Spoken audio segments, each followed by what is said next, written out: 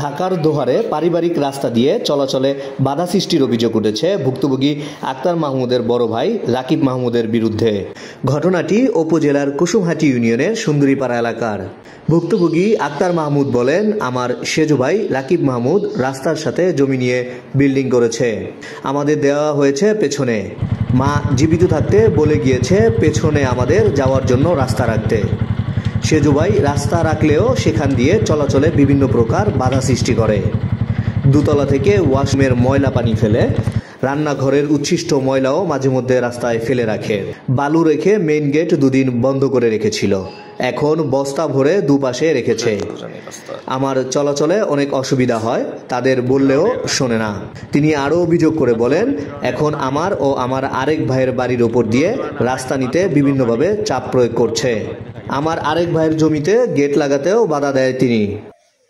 আমার যে সেজ ভাই রাকিব মাহমুদ, সে রাস্তার পাড়ে নিচে তখন মা বলে গেছে যে রাস্তার ভিতরে যারা থাকবে, বাড়ির ভিতরে, তাদের জন্য 6 ফিট রাস্তা থাকবে বাড়ির উত্তর পাশ দিয়ে।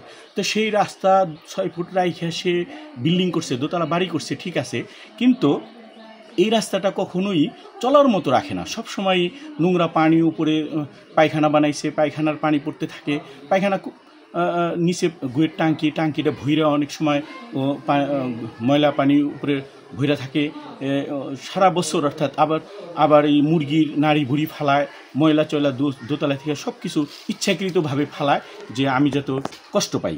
আসলে কষ্ট দিয়ে কী লাভ আমি জানি না, কিন্তু ইদানিংকালে সে আরও তার অত্যাচারের মাত্রা আরও বাড়াই দিছে।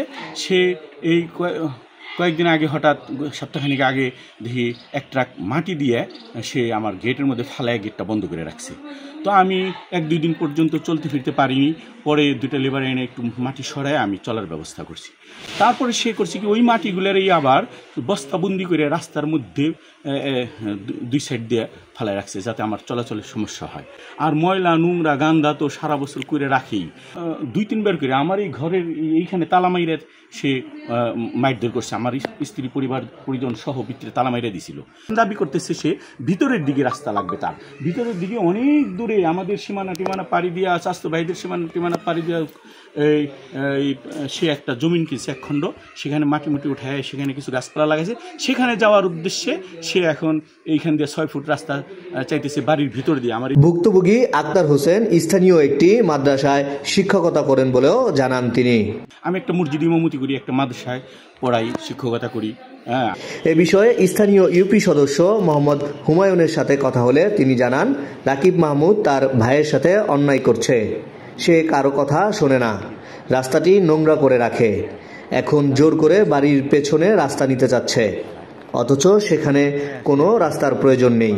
আসলে এটা অনেকেই অবগত আছে। রাস্তাটা হলাম ওই বাথরুমের ট্যাঙ্কির মুখ পড়ছিল ওখানে, এটা আর ওই রাস্তাটা হলে নোংরা করে রাখে। এখন এলাম এরা 2 জন হলে আপন ভাই, কিন্তু এরকম করে যে মানুষ প্রতিবেশীর সাথে একটা ভালো সম্পর্ক রাখে। আমি দেখছি একাধিকবার ময়লা পানি এগুলি, এটা নিয়ে দ্বন্দ্বতে ওই ভাই ঢাকা থাকে, তো ভাই আসার পরে বাইরে ওই যে আটকায়। বললাম যে আপনার আপন ভাই, আপনার যে আটকান, এটা আটকানের বিষয়, এটা তো বসেই সমাধান করতে পারেন। এই লোকটা এলাম আসলে একটু তেরামি করতেছে, মানে না, এরকম সবার সাথে কয়েকবারই বসা হয়েছে। এটা ওনার ওই যে বিয়ে আছে সাবেক চেয়ারম্যান আমজাদ হোসেন আজাদ, তারে নিয়েও বসা হয়েছে। ওই যে সময় কিছু সময় মানে আবার সে উল্টা চিন্তা করে, এই আর কি। ভুক্তভোগী আক্তার মাহমুদের অভিযুক্ত বড় ভাই রাকিব মাহমুদ বাড়িতে না থাকায় তার সাথে মুঠো ফোনে কথা হলে তিনি ফোনে অভিযোগের বিষয়ে কথা বলতে রাজি হননি। আমি তো ছোট ভাই, তো ভাই স্বীকার করে না। এ ব্যাপারে কখন আলাপ করতে চান? 2 দিন পরে আলাপ করেন, আমি ঢাকায় আইছি। আপনি কেমন ফোনে কথা বলবেন না? আমি যে আপনার বিরুদ্ধে একটা অভিযোগ আছে, সেই অভিযোগটা কতটুকু সত্য মিথ্যা এটা কি আপনি ফোনে বলবেন না আমাকে? না, ফোনে কিছু বলা হয় না, ফোনে কথা